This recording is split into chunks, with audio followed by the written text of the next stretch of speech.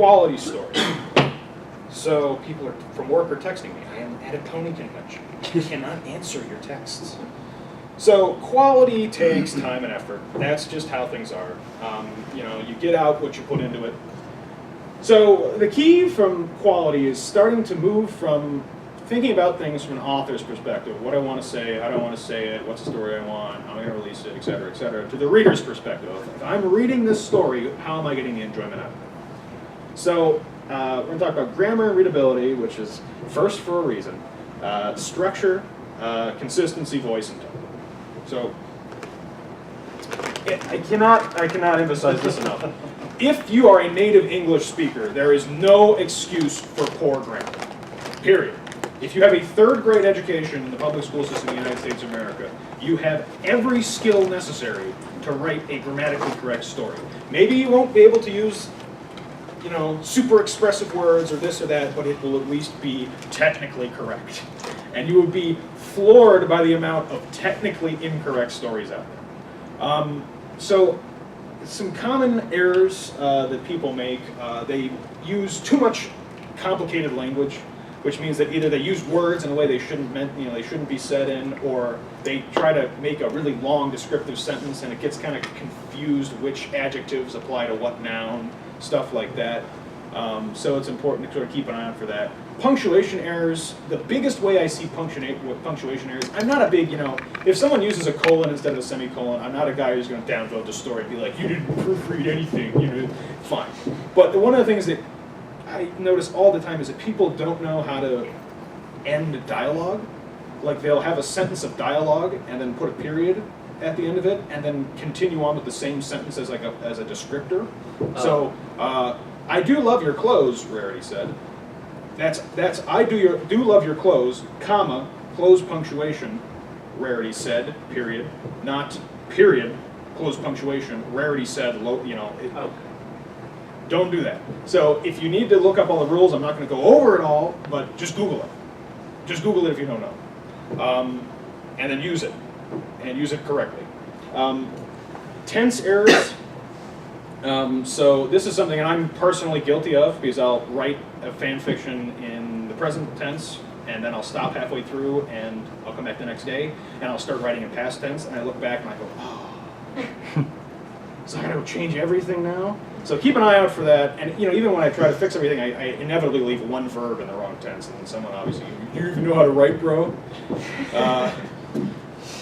I think I must talk about it later, but also it's important to separate your paragraphs correctly. Every time a new pony speaks, every time there's a new real subject of what's being said, you should start a new paragraph, not big long chunks of text. Try to keep a consistent voice and structure.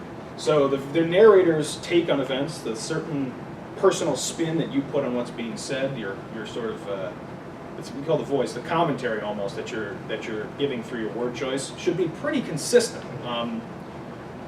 And the structure also, you shouldn't go out and do something really wonky with it. So I'd say important to be reader friendly with what you're writing. So you should have readable bites for people.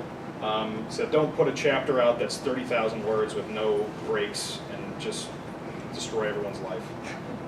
Don't do that. Do something along with it. And another thing is avoid really long, dull stretches. Put something and cut to something else that's happening. But if you're just talking about Twilight walking alone through the castle at night and there are just tons and tons of descriptive words, eventually the reader's going to go, okay, all right, she's walking through the castle. Right, what's happening? What's going to happen next? So maybe cut out to Pinkie Pie. Figuring out what the cow conspiracy with Fluttershy is going on, and then cut back to Twilight, or maybe tone down the description. So do something that, from a reader's perspective, you're not going to get dull and bored and read the same thing over and over. Consider pre-readers and editors before you publish. Everyone really, really should have this. I usually don't use them. And the reason why is because I'm impatient and I have a timetable because there's a good time to submit, and I will explain that when we get further on. But I always go through my own story, and usually with me writing well and me looking back through once over, I usually am able to release a story and not have more than 2 mistakes in it, and usually very minor things. So I'm okay with it, but for some people it might really be difficult, and you should consider finding a pre-reader. And I'd say anyone who doesn't have English as a first language, fine. I mean, that doesn't seem to be a problem for this crowd, but if that is the case, or you meet someone online that's the case, that's what I'd say. So structure, yes. Paragraphs indicate changes in subject. Different ponies speaking, different paragraphs. If Twilight's talking about one thing and then she's talking about something else, different paragraphs, etc. Chapters and breaks should make sense. Everything should just flow well together. I would say that if you have a break in the chapter or a change in chapter, it's a good point to change the character, change what time things are occurring, change the point of view even. That's your time to do that. Don't just do it in 2 paragraphs that are next to each other. People are going to get confused. And there should be a logical flow to everything. There should be a beginning, there should be a middle, there should be an end. If you're starting out, they should be in that order. If you're a little more advanced, there's some other stuff you can do with it. One of the things is you can have a story within a story format where that's like the campfire episode, where Rarity and Rainbow Dash and Applejack all go camping with their little sisters / adopted little sisters, and they tell stories. Okay, that's a story within a story. You are watching a story about ponies telling a story. That's something you can do. There's also a technique called in medias res, which is Latin for in the middle of things. And what that does is you've probably seen movies where something like this happens.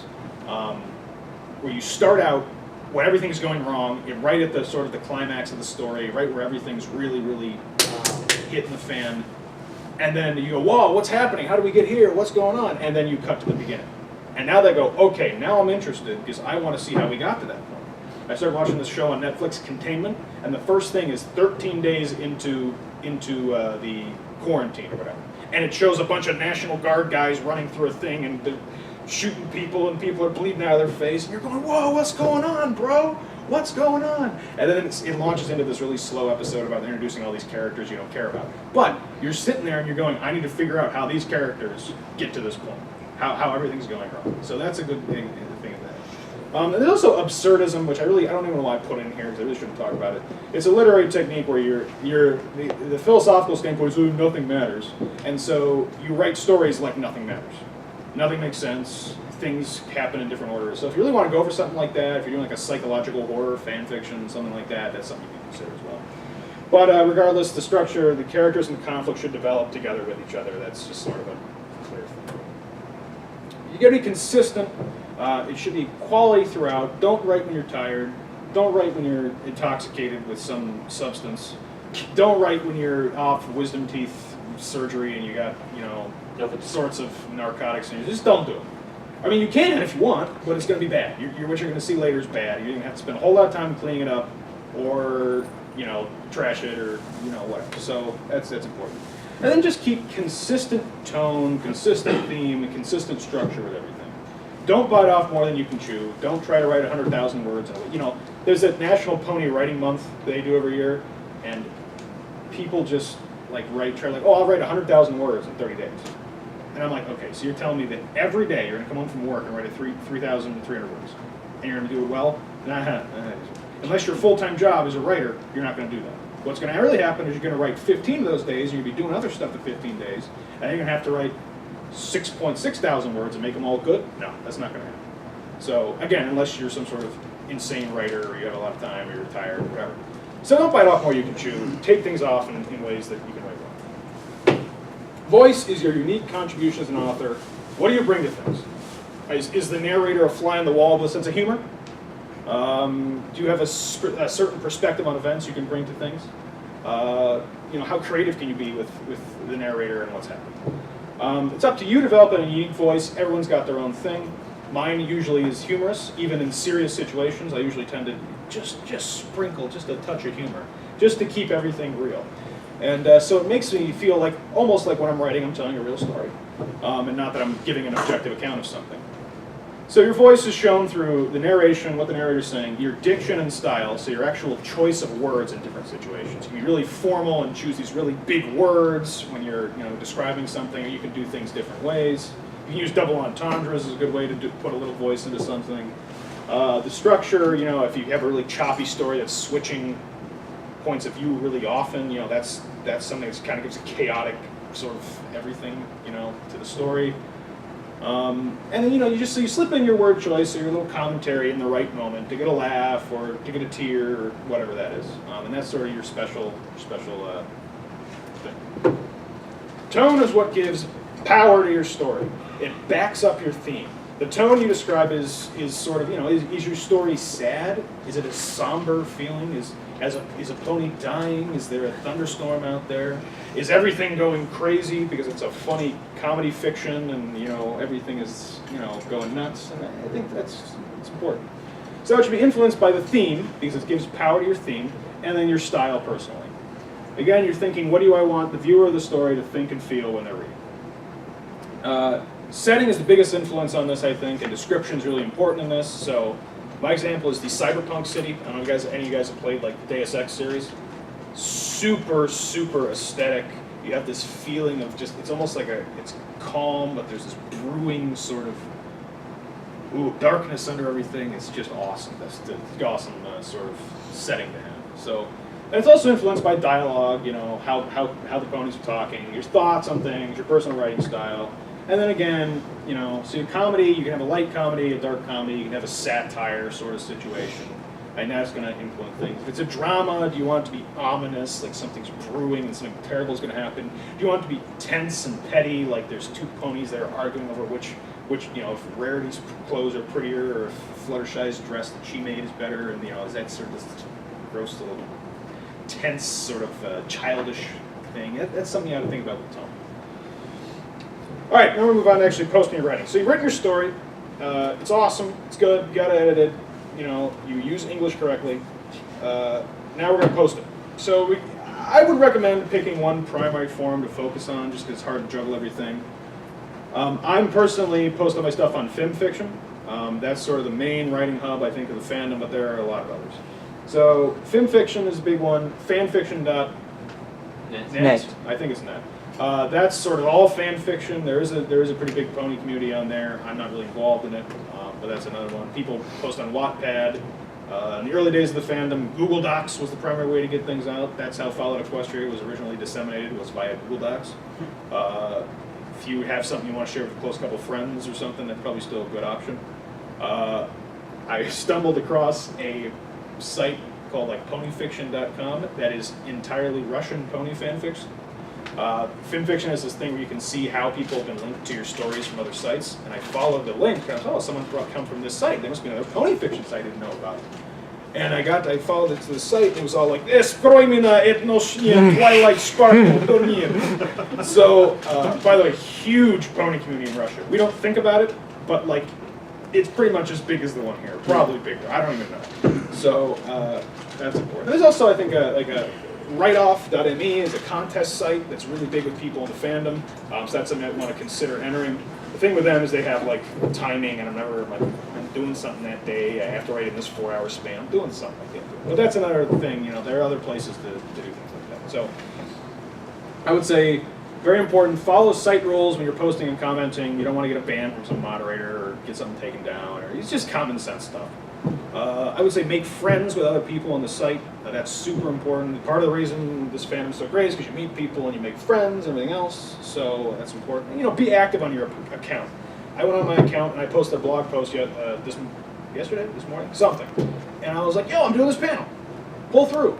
And I don't think anyone saw it, but I did. You did. Well, so he saw it. Only half an hour beforehand, but I already made plans. Beautiful. Mm. He saw it though.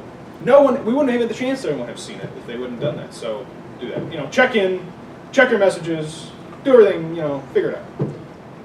Okay, so becoming more popular, that's the reason everyone's here. I like to say that, we like saying we do it for the pure enjoyment, but to be honest, if people aren't reading your stories, it kind of just feels gross. Yelling into the void. Right. Yeah, there's nothing worse than writing, I found that I write in 2 hours, I'll write a 2,000 word one-shot fic of some random idea I got in my head, and it gets 5,000 views, and then I'll write this 10,000 word story I just pour my heart and soul into, and it's 1.5. I'm like, it just hurts, man. So, we're going to go into that now. So, number one thing is make your stories unique and don't do what's already been done. People like uniqueness. There are thousands of fictions posted every week that are Rainbow Dash and Pinkie Pie go on a date, or, Twilight loses a book and she's looking for it. You really need something. Ones that actually get. Yeah, it's the unique ones that catch people's eyes, and those are the ones they click on and read. So they should feature canon characters prominently. And even more importantly, they should feature canon characters that people like from. Occasionally you'll get Occasionally, you'll get someone with a lot of get, those season actually yeah, gets it. you're right. Occasionally that happens, but I would say, generally speaking, if you're just trying to get out there and you're starting up and you really want something good, you should have somebody. And again, that one So- example is by someone who's apparently an actual writer. Yeah, I'll tell you this: Princess Luna gets more views than Prince Bluebell does. It's just how it happens. Now, is every Princess Luna story get more views than every Prince Bluebell story? No. Yes. But if you look at those distributions, they're like this, okay? So just something to keep in mind. You should also have a hook for browsing readers. FimFiction, for instance, offers a short description. Give them something really good. Make sure that you don't leave out the main sort of hook of your story, but also, don't give them everything, so they have to click on it to figure out, well, how does he make this work? Try to get features. That's really important, especially on FimFiction. Featuring is, if your story gets popular enough, it'll be put first from the new stories list. It'll also be put on a side column that's popular stories. And then from there, if it continues to grow popular, it'll be put on the top 10 that are currently trending. And obviously that #1 spot